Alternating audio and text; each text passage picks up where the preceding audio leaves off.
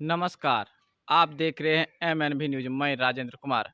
अभी मैं मुरलीगंज के वार्ड नंबर 10 में पहुंच चुका हूं। अभी मैं उप मुख्य पार्षद के जी से जो कि उप मुख्य पार्षद से चुनाव लड़ रहे हैं, उम्मीदवार हैं, उनसे मुखातिब होने जा रहा हूं कि इनका चुनाव लड़ने का उद्देश्य क्या है। तो सबसे पहले तो सर आपका एमएनबी न्यूज़ में स्वागत है। बताइए कि आप जो चुनाव लड़ रहे हैं, आपका चुनाव लड़ने का उद्देश्य क्या है? नमस्कार। सबसे पहले मैं आप लोगों को सभी को नमस्कार करता हूं। चुनाव लड़ने का मुख्य उद्देश्य मुरलीगंज नगर पंचायत में आप घूम लीजिए, कहीं भी शौचालय और मूत्रालय नहीं है। भारी समस्या है। जब तक सिनेमा हॉल चल रहा था तो लोग तो किसी तरह से शौचालय मूत्रालय वहाँ करने चल जाते थे, लेकिन अब वह भी बंद हो गया है। तो ये महत्वपूर्ण समस्या है। चौक चौराहे पे जो है शौचालय और मूत्रालय की सबसे पहले अविलंब व्यवस्था होनी चाहिए। उसके बाद आप नाला को देखते होंगे कि नाला तो है, लेकिन उसका पानी रोड पे बह के आता है।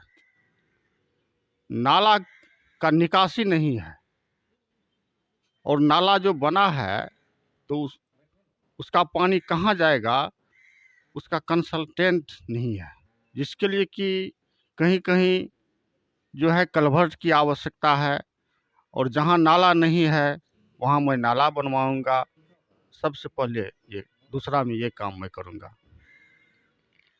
आप जो नगर पंचायत मुरलीगंज से उप मुख्य पार्षद पद से चुनाव लड़ रहे हैं, तो आपका सबसे पहला प्राथमिक कार्य कौन सा होगा? प्राथमिक कार्य तो मैं बतला दिया। यानी सोचा आप किन किन मुद्दों पर लेकर जनता के बीच जा रहे हैं? जनता के बीच में ये शौचालय की और मूत्रालय की पहला व्यवस्था मैं करूंगा। नाला नली गली जो है ये मेरा दूसरा मुद्दा है। और तीसरा मुद्दा आपको नगर पंचायत मुरलीगंज में क्या-क्या समस्या अभी देखने को मिल रही है, जिन मुद्दों को आपने देखकर चुनाव लड़ने का मन बनाया है? अभी भी नगर पंचायत में महादलित समुदाय के जो लोग हैं, जिनको जमीन नहीं है, उनको आवास की सुविधा नहीं मिली है। जबकि पहली प्राथमिकता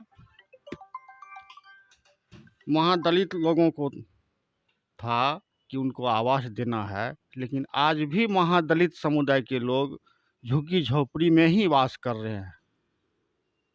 और आपने शौचालय की मुद्दा उठाया कि आप मुरलीगंज नगर पंचायत परिषद में शौचालय की व्यवस्था नहीं है, नाला की व्यवस्था समुचित ढंग से नहीं हो पाई है। तो आप उस पर क्या कुछ कार्य करेंगे शौचालय के लिए कि जिससे कि मुरलीगंज नगर परिषद के जनता को लाभ मिल सके? और नाला के लिए ऐसा क्या कुछ कार्य करेंगे जिसके लिए कि सुविधा मिल सके? शौचालय के लिए मैं शौचालय जितना चौक चौराहा है, अगर नगर पंचायत सरकारी ज़मीन उपलब्ध नहीं है तो मैं वादा करता हूं मुरलीगंज नगर पंचायत के जनता से कि मैं ज़मीन खरीद करके, सरकारी ज़मीन नहीं उपलब्ध होने के बाद दरमियान मैं ज़मीन पर्सनल रूप से ज़मीन नगर पंचायत के द्वारा खरीद करके शौचालय और मूत्रालय बनवाऊंगा। और नाला, जहाँ भी नाला टूटा हुआ है, नाला का निकासी नहीं है, पानी का निकासी नहीं है, पहले मैं उन आप जल जमाव पर और नाला की निकासी किस प्रकार करेंगे?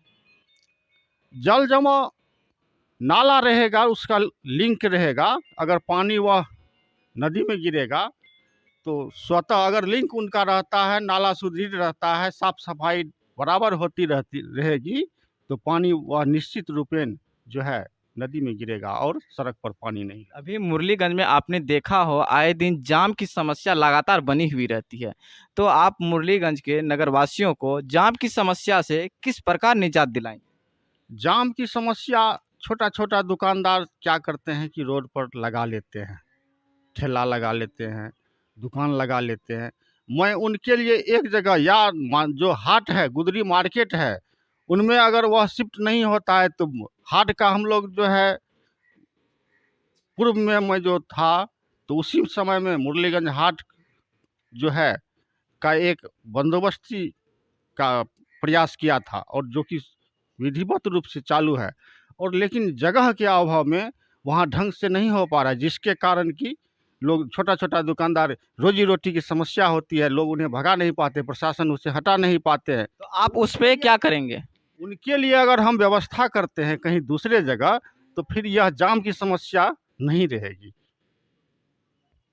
आप अभी जो जनता के बीच जा रहे हैं, तो ऐसी क्या कुछ बातों को लेकर जनता के बीच जा रहे हैं जिससे कि आपको जनता का समर्थन मिल रहा है? विकास की मुद्दा। ऐसी कौन सी ऐसी बात है कि जनता आपको ही उप मुख्य पार्षद से चुने? देखिए, जनता, मुरलीगंज की जनता और जितने भी उम्मीदवार हैं, सभी को लोग जानते हैं, ऐसी बात नहीं है। एक एक आदमी जानते हैं कि किसमें क्या छवि है, किसका क्या व्यवहार है, यह छुपा हुआ नहीं है किसी से। और स्वच्छ छवि के लोग को लोग पसंद करते हैं। और हम पूर्व में भी रहे तो कहीं कहीं किसी को कोई दिक्कत नहीं हुआ। और अगर इस बार जनता मुझे अपना आशीर्वाद देती है, तो कहीं भी किसी को दिक्कत नहीं होगा। मैं उनके लिए विकास की बात करूंगा, उनके लिए 24 घंटा मैं हॉस्पिटल हुआ, विद्यालय हुआ, मैं उस समय में भी निरीक्षण किया करते थे।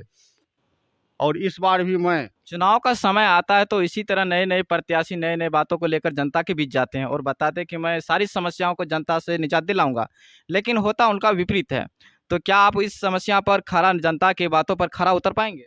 निश्चित रूपेण मैं खरा उतर पाऊंगा, इसलिए कि कोई और दूसरा कार्य मैं नहीं करता हूँ।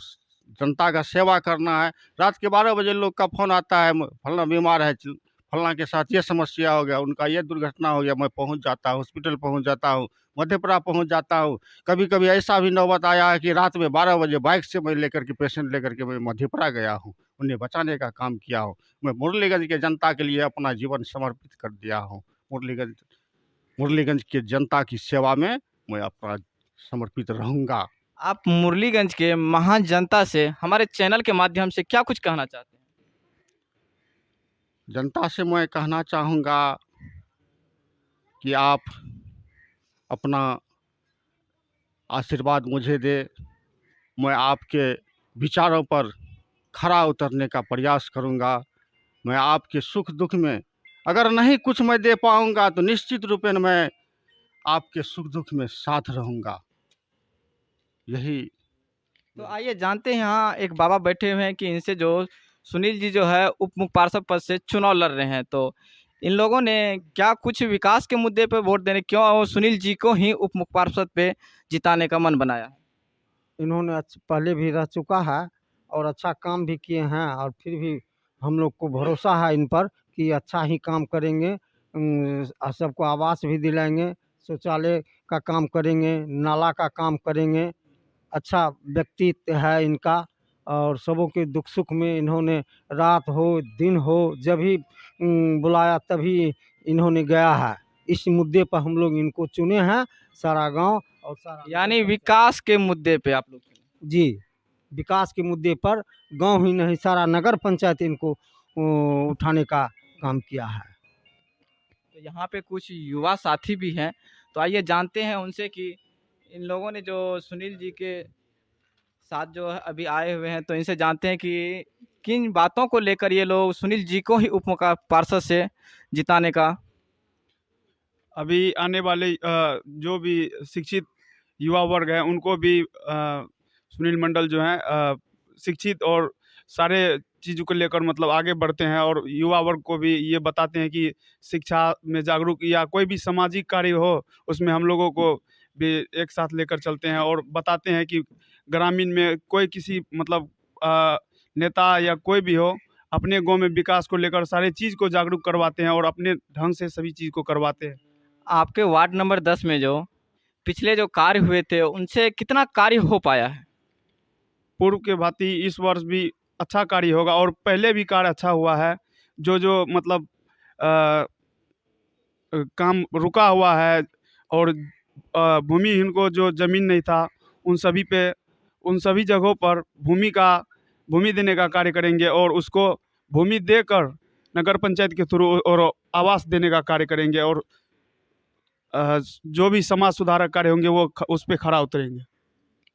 जी, तो आप लोगों ने सुना वार्ड नंबर 10 के जनता से हमने राय ली, तो देखते रहिए MNV न्यूज़ से मैं राजेंद्र कुमार।